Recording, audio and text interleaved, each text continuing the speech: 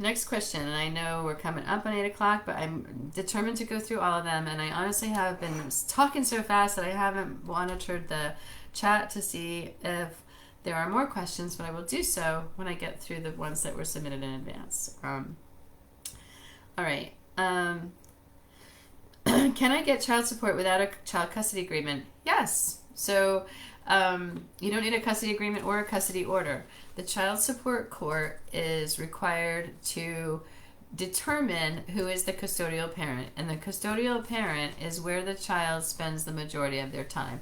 So if you have that journal I was talking about and your calendar, and you can say, X turned children over to me at 9 a.m. on this day, and I kept them until 4 days later at 6:30 p.m.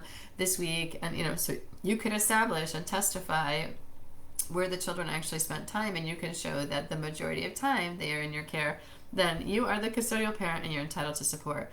So this is important because even if you have an order that sets a schedule, if by agreement or practice you're not following that order, and let's say the order is for exactly 50-50, but in reality your ex is like, oh, I have to work tomorrow, could you take the kids on my day? And you go, yeah, sure, love my kids, happy to take them. Or the ex says, I want to go away with friends on a fishing trip or a girls' spa weekend, will you take the kids? And you say, sure.